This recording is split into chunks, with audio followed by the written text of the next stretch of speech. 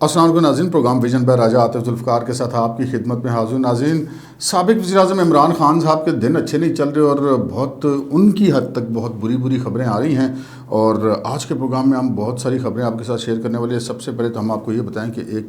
بڑی top exclusive news ہے، اور وہ ہے پاکستان کی ایک سویلین خفیہ ایجنسی کے حوالے سے، جس کے اندر ایک بڑا افسر، بلکہ بہت ہی بڑا افسر کے بارے میں پتہ چلا کہ وہ بہت سارا ڈیجیٹل ڈیٹا ڈیلیٹ کر گیا ہے۔ یہ کیا سٹوری ہے، اس پہ بات کریں گے۔ اور پھر جناب وہ توشہ خانے والی وارداتیں تو بس وہ جو کہتے ہیں شیطان کی آنت کی طرح لمبی ہوتی جا رہی ہیں، کبھی ایک چوری نکل رہی ہے، دوسری نکل رہی ہے، تیسری نکل رہی ہے، اور پھر اوپر سے جو رسپانس ہے وہ تو بالکل ہی ڈٹائی پر مبنی ہے۔ اس پہ بات کریں گے،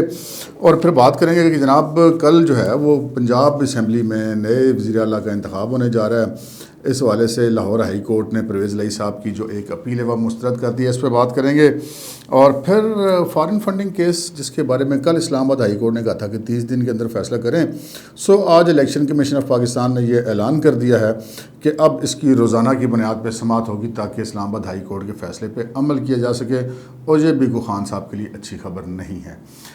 اس سے پہلے کہ ہم اپنے پروگرام کو آگے بڑھائیں اور ان تمام موضوعات پہ بات کریں، آپ سے گزارش ہے کہ اگر ابھی تک آپ نے ہمارے چینل سبسکرائب نہیں کیا تو پلیز کر لیجئے، اور ساتھ ہی بیل آئیکن پہ دبا دیجئے، تاکہ جو ہی ہمارا کوئی نیا پروگرام اپلوڈ ہوتا ہے تو اس کا نوٹیفیکیشن فوری طور پر آپ کو موصول ہو سکے۔ پروگرام کا باقاعدہ آغاز کرتے ہیں جی پنجاب سے۔ پنجاب میں چودھری پرویز الہی صاحب عمران خان صاحب کے امیدوار ہیں، وہ تحریک انصاف کے بھی امیدوار ہیں، کاف لیگ کے بھی امیدوار ہیں۔ کاف لیگ بلکہ آدھی تو جا چکی ہے،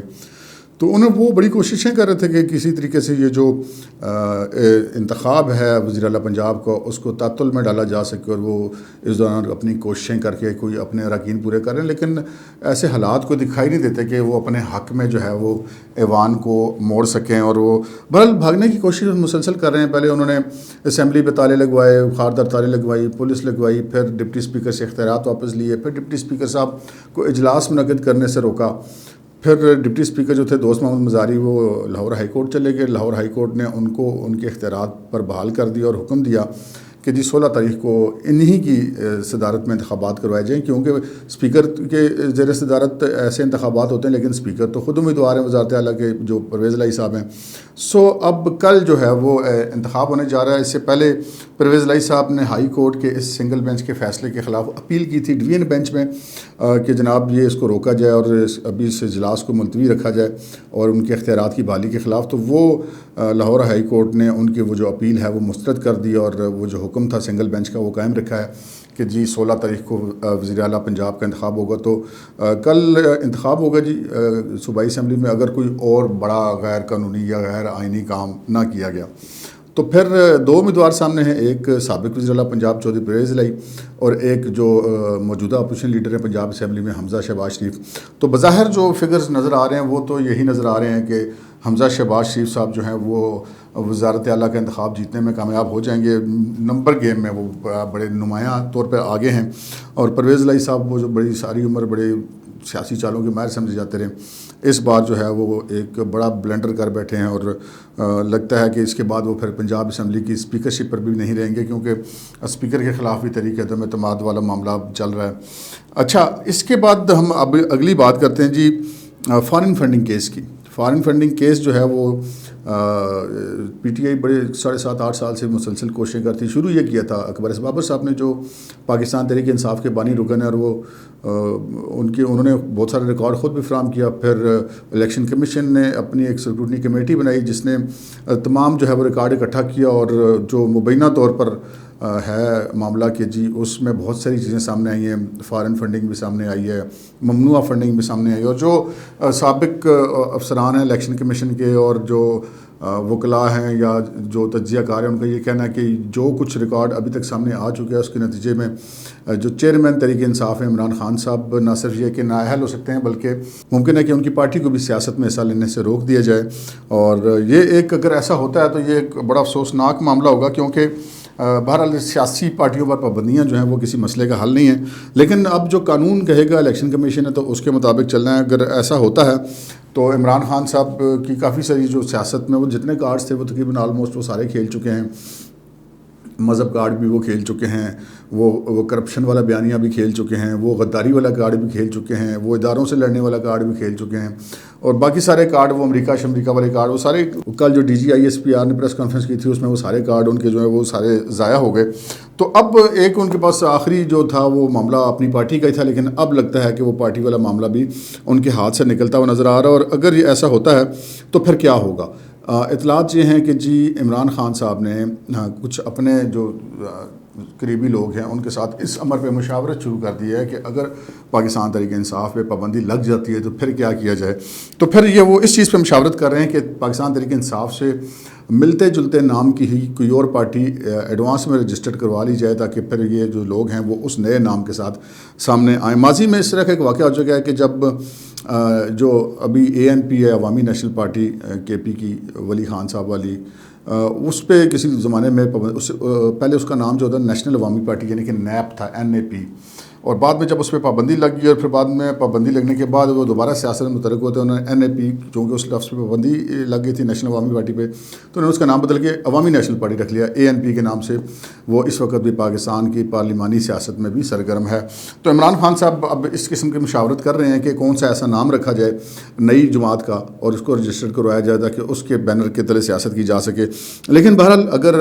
ایسا ہوتا ہے کہ ان کی پارٹی کا عدم قرار دی جاتی ہے یا ان کو نااہل قرار دیا جاتا ہے یا اور دیگر چند لوگوں کو نااہل قرار دیا جاتا ہے، تو بہرحال اس سے نمٹنا عمران خان صاحب کے لیے آسان نہیں ہوگا، بلکہ ہم یہ کہہ سکتے ہیں کہ خان صاحب کا جو سیاسی کیریئر ہے وہ مکمل خاتمے کے خطرے سے دوچار ہے اس وقت. تو فارن فنڈنگ کیس والا یہ معاملہ ہوا اور پنجاب اسمبلی والا معاملہ ہوا. پھر کل ہی کے دن میں ایک اور بھی بڑا اہم معاملہ، ایک تو پنجاب اسمبلی میں چیف منسٹر کا الیکشن ہوگا اور ساتھ ہی قومی اسمبلی میں ایک تو اسپیکر کا الیکشن ہونا ہے اور ایک جو ہے وہ ڈپٹی اسپیکر کا جو ہے وہ طریقہ عدم اعتماد پہ ووٹنگ ہونی ہے. اسپیکر کا الیکشن تو آلموسٹ ہم کہہ سکتے ہیں کہ فائنل ہو چکا ہوا ہے، کیونکہ جو راجہ پرویز اشرف صاحب ہیں گجر خان سے، رکن قومی اسمبلی اور سابق وزیر اعظم، سابق وفاقی وزیر، ان کا نام سامنے آیا ہے بطور اسپیکر. جو اتحاد ہے اس وقت، حکمران اتحاد ہے، ان کی طرف سے پاکستان پیپلز پارٹی نے ان کو نامزد کیا ہے اور ان کے کاغذات نامزدگی داخل ہوئے اور آخری اطلاع تک ان کے مقابلے میں اور کوئی کاغذات نامزدگی سامنے نہیں آئے. تو ہم یہ کہہ سکتے ہیں کہ راجہ پرویز اشرف اس مقابلے میں بلا مقابلہ منتخب ہو جائیں گے. اسی قومی اسمبلی میں جو ڈپٹی اسپیکر ہیں قاسم سوری صاحب، وہ جو کافی سارا متنازع ان کا کردار رہا پچھلے دنوں، آئین سے بالا تر انہوں نے فیصلے کیے،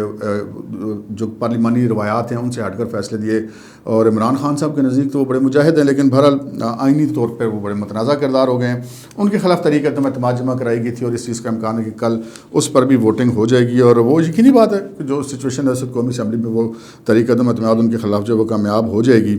اچھا، اب ہم آتے ہیں اس معاملے کی طرف جس کا آج کل پاکستان میں بہت شور ہے. آپ کو یاد ہوگا ہم نے بھی پہلے کئی دفعہ اسی چینل پہ اسی پروگرام میں ہم یہ باتیں آپ سے ڈسکس کر چکے ہیں. توشہ خانہ کے حوالے سے جو ایک گھڑی والا معاملہ تھا جو کہ MBS کی طرف سے دی گئی اور پھر دبئی میں جا کے فروخت کی گئی اور وہ پھر واپس MBS کے پاس چلی گئی، جو کہ عمران خان صاحب وزیر اعظم تھے تو ان کو بطور تحفہ دی گئی تھی. اور پھر اب کوئی ہاروں کی بات بھی ہو رہی ہے، کوئی ایک ہار بھی بکا ہے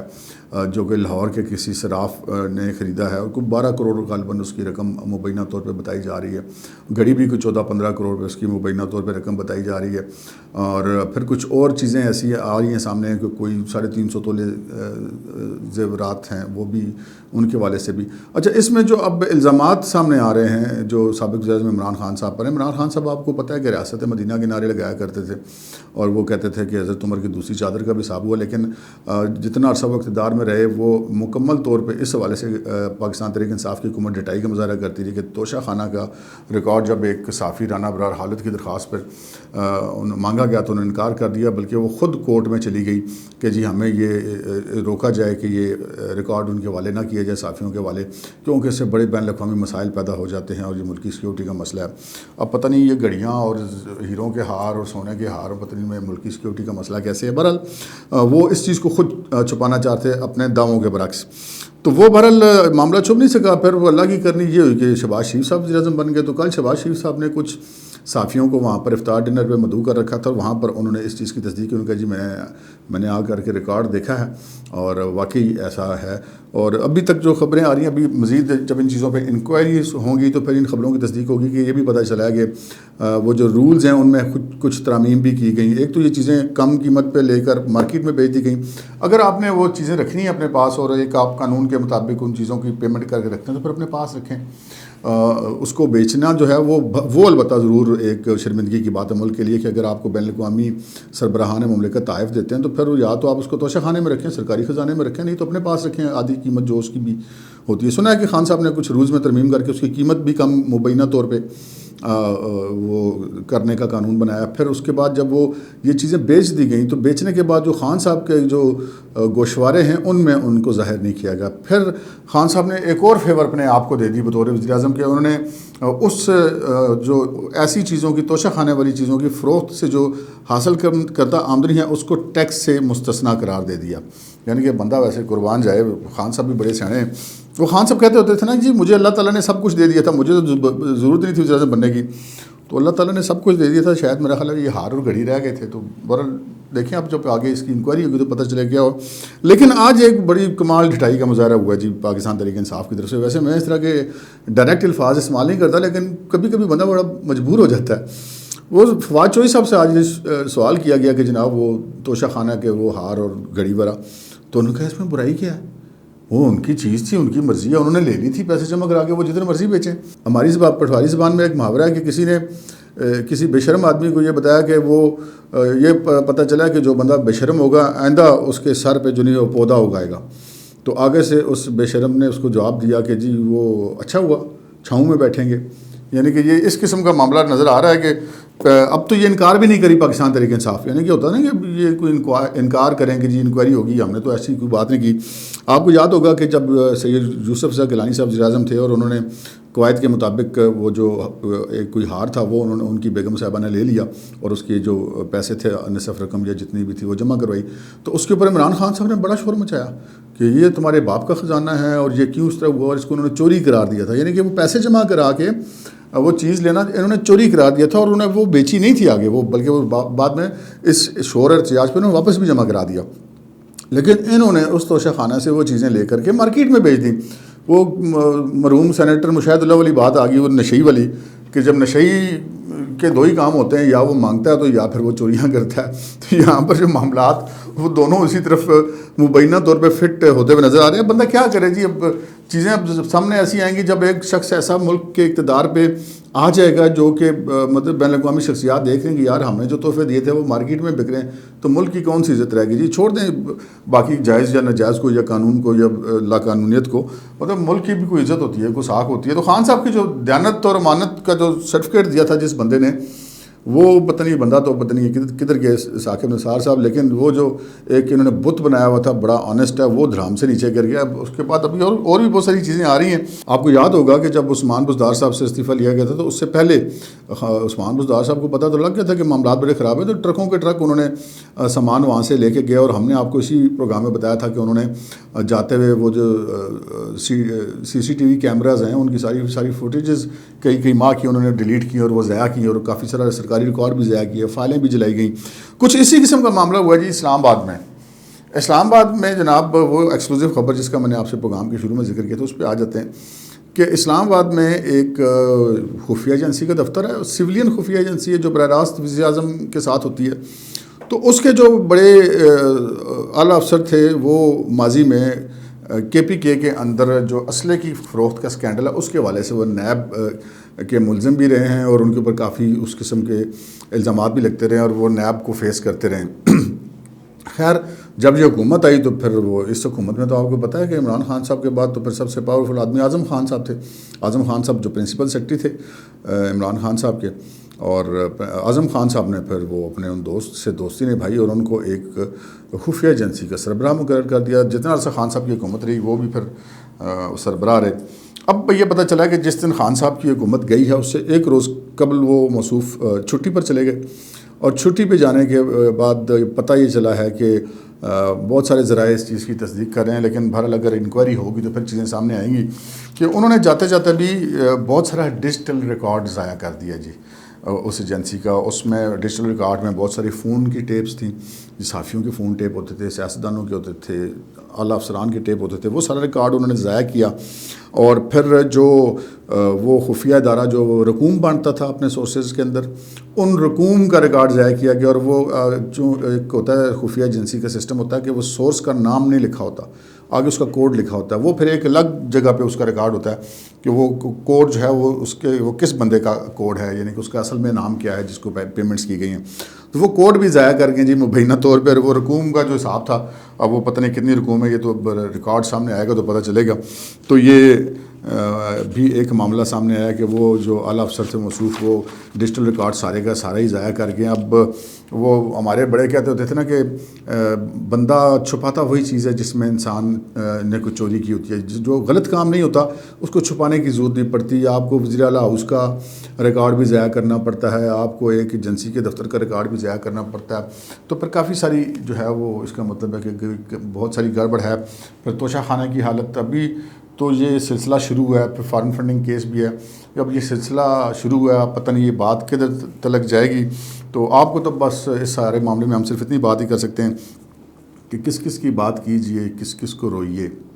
کس کس کی بات کیجئے, کس کس کو روئیے. آرام بڑی چیز ہے, منہ ڈھک کے سوئیے. اب تک کے لیے اتنا ہی, اجازت دیجیے. اللہ حافظ.